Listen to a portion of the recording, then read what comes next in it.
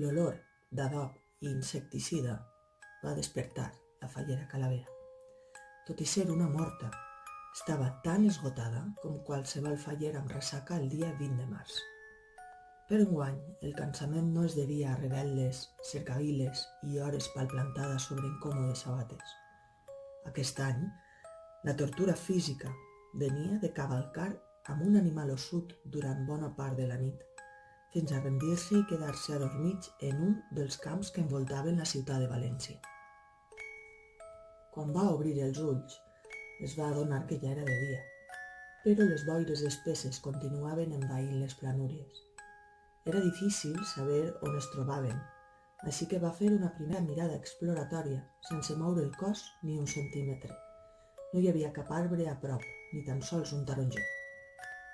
Només unes xicotetes plantes de tija fina i d'una verdor intensa començaven a créixer en aquella terra fèrtil. Encara resistien l'efecte de l'alè cadavèric que estava rematant la vegetació del cap i casal.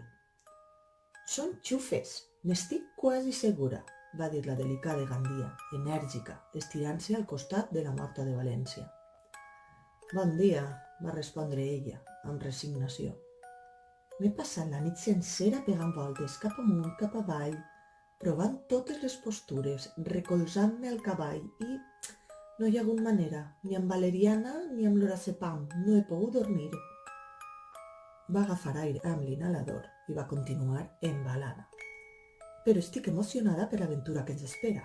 Fins a la cana a cavall. Potser passem per Gandia i per Benidorm.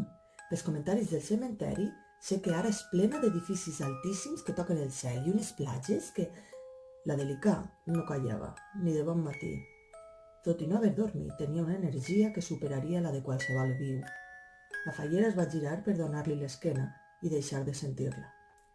Encara estirada, va veure que Jaume I dormia recolzat en el seu animal, sense que cap dels dos despertara amb el discurs interminable de la donzella. De fet, se'l veia descansant plàcidament, com si res els turmentara. Va ser precisament gràcies a l'actitud despreocupada del rei zombi que la colla, una vegada incorporada, va decidir anar a esmorzar a un bar. Ben prompte, però, es van adonar que no es trobaven en un poble qualsevol de l'àrea metropolitana de València. Els camps de xufes, que anaven xafant, no ferien cap dubte. Eren a Alboraia, així que a la fallera se li va ocórrer desdejunar-se a la primera horxateria que trobaren oberta. Passat el xicotet cementeri i l'estació del metro, els tres, acompanyats del cavall, van caminar cap al nucli urbà per uns carrerons que encara feien olor de cendra. Van seguir la seva intuïció i entre algunes cases baixes de caràcter modernista van trobar la que devia ser la plaça del poble, presidida per una església coronada amb un campanar discret. Avançaven sense por ni vergonya. Jaume I caminava amb passes amples i fermes, obrint les seues cames fortes, alhora que exhibia el seu cavall amb orgull. La fallera, elegant, es desplaçava amb l'esquena estirada i recta, mentre s'alçava lleugerament la faldilla encarcarada. I la Delicà... Bé, la Delicà mirava a totes bandes preocupada per si venia un pètal, parpellejava sense descans i es movia fent ziga-zagues tortes.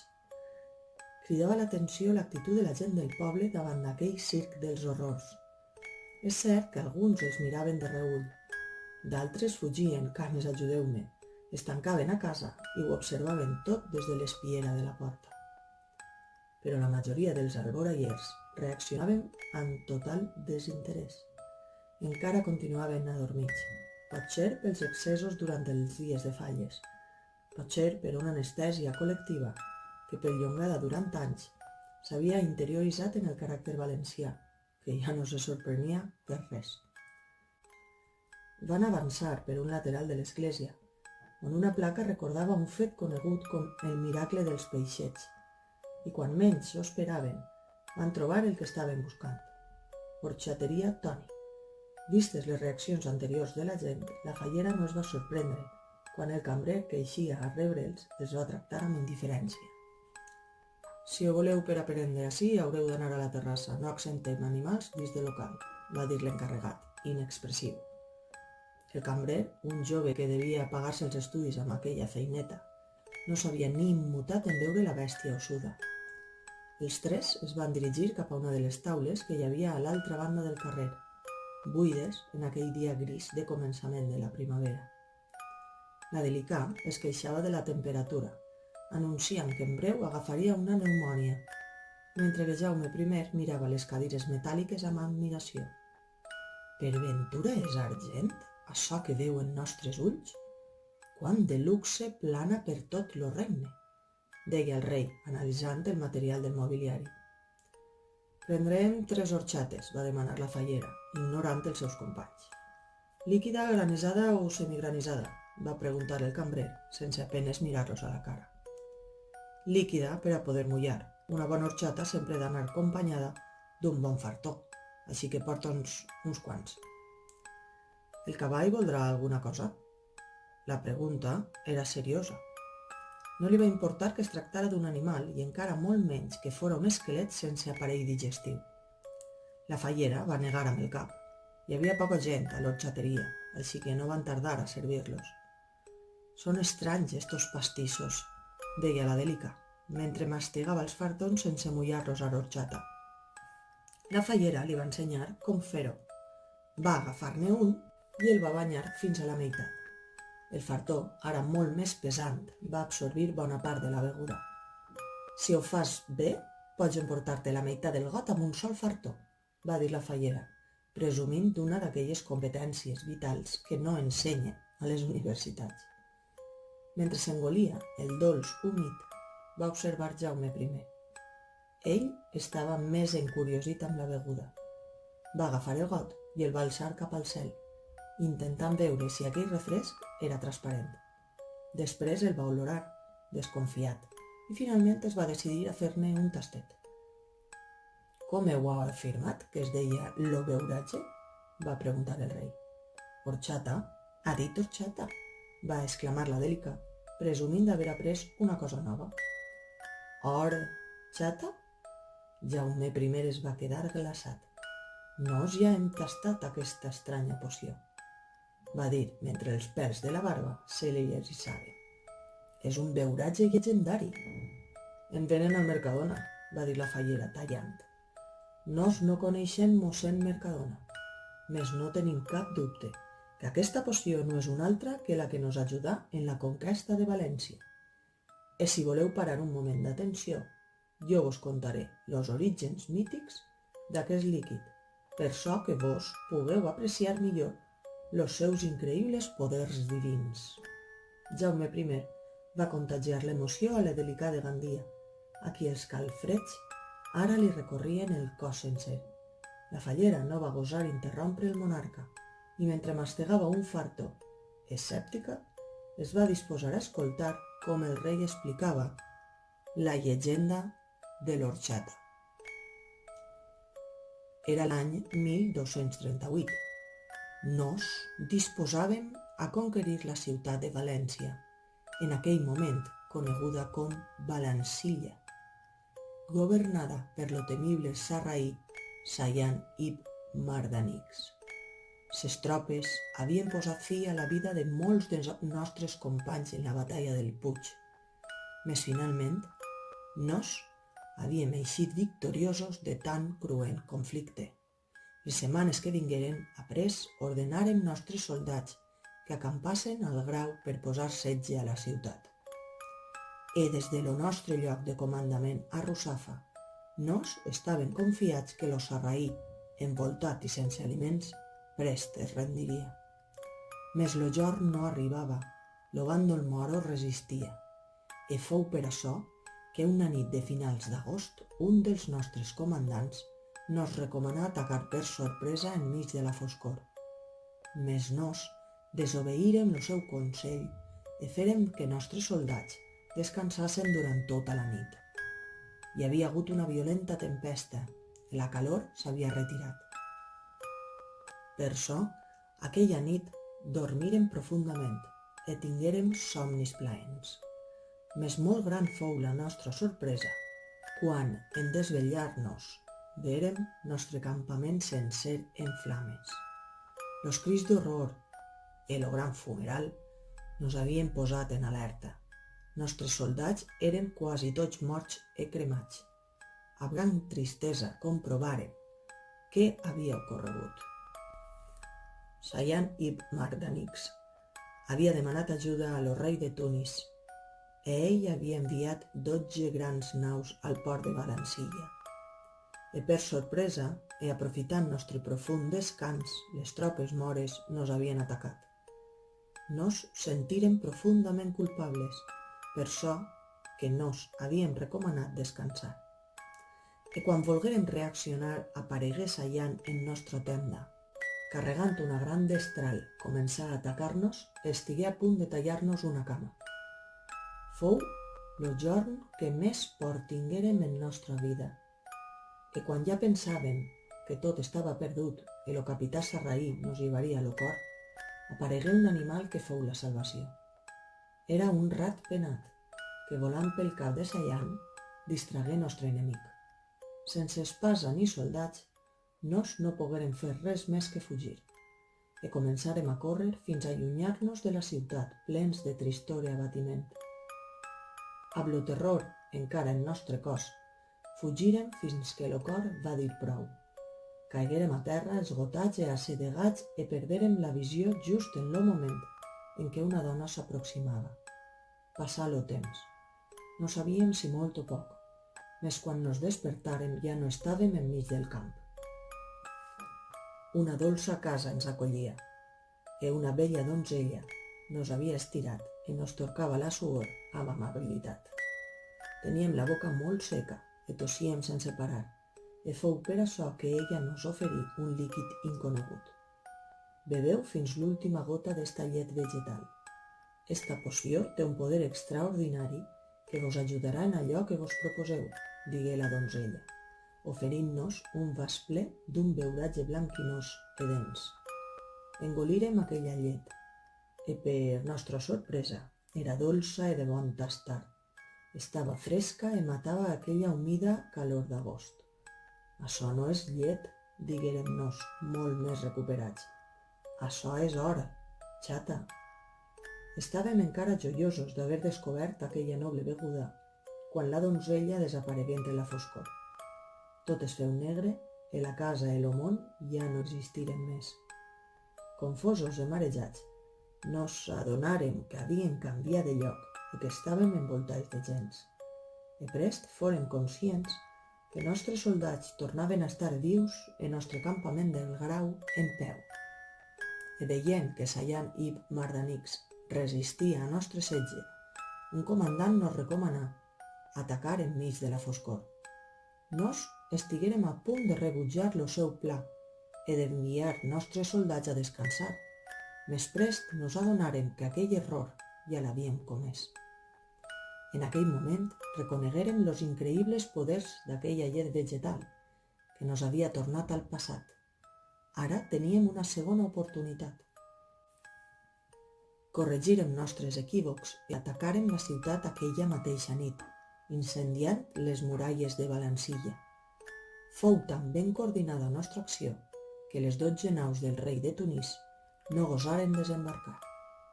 I així Sayan perdé tota esperança de socors i inicià los tractes per rendir-nos la ciutat. Des que entràrem a València el 9 d'octubre d'aquell mateix any i fundàrem aquest regne, nos decidírem retre homenatge als dos elements que nos havien ajudat: lo rat penat i aquella llet màgica. I segurament és per això que encara València està plena de símbols amb rat penats i ara mateix estem bevent aquesta dolça llet màgica que vos anomeneu horchata. La delicada Gandia va aplaudir amb entusiasme. Havia estat escoltant tota la història encisada, oblidant-se per un moment de les paranoies, els tics i les tremolors. Amb la seva veu profunda i seductora i el prestigi que li conferia el fet de ser un monarca, Jaume I havia relatat aquells fets llegendaris de tal manera que semblaven verídics. Però la reacció de la fallera Calavera va ser una altra. La morta va fer l'últim glop del got d'horchata i acte seguit va començar a patir uns espasmes desconcertants. El seu cap va iniciar una rotació de 360 graus, com només li passava a ella, i de la seva boca van eixir paraules i gemecs sense sentit. Horchata, fartó, estic tornant al passat.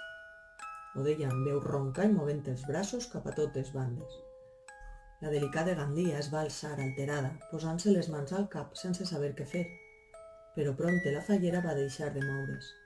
Va riure de manera burleta en comprovar que la Dèlica s'havia cregut la seua broma. L'orxata que acabava d'ingerir la fallera va començar a regalimar pel forat que la morta tenia al cos. I mirant amb tristor com li eixia el líquid pel tors, va dir amargament: «No es poden corregir els errors del passat. Deixeu-vos d'històries sobrenaturals». Va aclarir rotunda alhora que es posava de peu i es veia reflectida a l'aparador de l'orxateria. Es va tocar la cara, freda i descomposta. Les ulleres que feia eren pitjors que les de qualsevol ressaca després d'una festa universitària. Els globus oculars de vegades no se li movien coordinats i els llavis ja no eren molsuts ni rosats, sinó d'una verdor putrefacta fastigosa.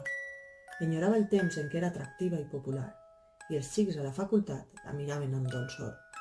Trobava a faltar els dies en què la comissió la replegava a casa, amb una traca que feia a tots els veïns traure el cap pel balcó. La banda tocava l'himne faller i el jove president amb jupetí de gala l'esperava per acompanyar-la del bracet mentre admirava la seva bellesa. Però sabia que cap beguda màgica li podria tornar tot allò que un maleït masclet li havia llevat. Per això només restava la venjança. Volia descobrir qui havia sigut el responsable del mortal incident i fer-li pagar per sempre. Després de marxar sense pagar, davant la mirada impassible del cambrer, van cavalcar durant hores, seguint amb intuïció la costa cap al sud. Feia estona que s'havien allunyat de la ciutat i ara creuaven camps d'arròs secs. La boira espessa i persistent continuava sense abandonar-los i el paisatge, pla i monòton, desorientava els tres zombis. Però Jaume I ja havia fet aquell recorregut en vida, cosa que en certa manera l'ajudava en l'expedició. El rei se situava en primera posició per donar ordres fermes al cavall. A continuació venia la delicada Gandia, que s'agafava de la cintura del monarca, temorosa de caure, i quedar postrada en cadira de rodes per sempre més, tal com no es cansava de repetir. I finalment estava la fallera Calavera, absorta en els seus pensaments tristos. Estava preocupada i confosa. S'havia aventurat en un viatge amb dos desconeguts. Un, feliç i despreocupat, vivia obsessionat amb les conquestes, no només de terres. I l'altra mereixia estar tancada, i no en un taüt, sinó al psiquiàtric de Bétera. I allà estava ella, cavalcant sobre un esquelet, seguint una única pista que provenia ni més ni menys de la cançó que havia cantat una hostessa vulgar de la televisió dels 90. Què passaria si en arribar als estudis d'Alacant no trobava les cintes? Com sabia que tot aquell viatge no seria inútil? Aquells pensaments depressius la van acompanyar tota la nit. S'havien aturat a descansar en un camp de tarongers. Era massa fosc per a orientar-se, però la Delicà assegurava que feia olor de Gandia. La fallera no va poder adormir-se i es va dedicar a observar el que feia la donzella. Es preparava una espècie de coixí amb un dels cavallons de l'hort. Més tard es posava pastilles sota aquella llengua bífida de rèptil i s'aplanava a la terra. Després improvisava antifaços amb fulles de taronger perquè l'únic ull que li quedava no es desvetlara amb la claror de la lluna. Però tan gran era l'estat turmentat de la Delicà que ni així podia descansar. La fallera va sentir llàstima per la seva companya, tanta que al dia següent va decidir canviar d'actitud i intentar divertir-se durant el viatge. De matí van cavalcar unes hores més. Havien deixat enrere les terres planes i el paisatge començava a fer-se més muntanyós, així que probablement s'acostaven a la marina alta. La fallera va intentar integrar-se en la conversa, però no ho va tindre gens fàcil. Més val temprança en voluntat que saber en cor en boca. deia Jaume I. No faces viatge amb home qui ha flac coratge, li va replicar la Delica. Fer està prop a voluntat, el lluny a enteniment. Però en quin idioma parleu? Va preguntar la fallera, sorneguera, en comprovar que entenia ben poc del que deien. En cristià? Va cridar Jaume I, èpic i orgullós. No, és iber, va fer broma la Delica, picant l'ullet a la fallera. És un joc. Un diu un proverbi i l'altre n'ha de dir un altre. El primer que queda en silenci o repetisca, perd. Quina festa, va contestar la fallera amb sarcasme. Tens algun suggeriment millor? Et recorde que van tallar-te la línia de telèfon per defunció, així que oblida de WhatsApp, Facebook i... La Delica es feia la moderna, presumint de tot el que havia après, escoltant les converses del cementeri. No coneixem lo Facebook, ni sabem si provoca gran distracció, més lo regne de València és llarg de nord a sud, i lo joc dels proverbis. Lo regne de València, va exclamar la Delica. La fallera feia temps que no escoltava aquella denominació per a referir-se al territori. Ja no li diuen així. Certament, la gent no es posava d'acord amb el nom de la cosa. Regne o país, aquella era la qüestió, va dir la fallera, avorrida d'aquell debat estèril. Va provocar un gran conflicte. Així que se li va decidir canviar el nom. Qui? Lo rei d'aquest temps? Jaume I estava encuriosit. No, l'ONU, va aclarir la fallera. Van haver d'intervindre en veure que el tema s'estava fent gros. A la Delica li apassionaven les polèmiques. Les Nacions Unides van estar observant i van buscar alguna cosa que no poguera ofendre ningú, que fora neutra. Així que li van dir regió 3947N 037O. La Delica va acabar amb la intriga. 39 graus i 47 minuts al nord i 0 graus i 37 minuts a l'oest. És un sistema internacional de coordenades que marca un punt exacte a la ciutat de València, al Palau de la Generalitat. Ningú podia discutir aquell nom. El regne de València, so que no es fundàrem, ara es diu regió 3947N o 370. Jaume I estava fora de joc. Bé, hi ha gent que ho abrevia dient-li la regió. Més lo poble estigué content amb lo nom? Es va fer un silenci. La fallera Calavera va pensar un moment i finalment va respondre. La veritat és que mai ens ho van preguntar. Semblava que la morta havia fet un descobriment.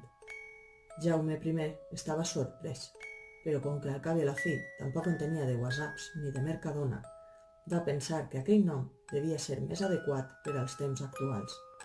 Així que, brandant l'espasa mentre el cavall accelerava, va cridar triomfal. Cap al sud de la regió 3947N o 370, i just en aquell moment d'eufòria, un personatge repugnant es va posar enmig del camí, barrant-los el pas per complet. Ni 3947N o 370 ni Regne de València. Esteu entrant al cantó independent d'Alacant, va cridar de manera marcial.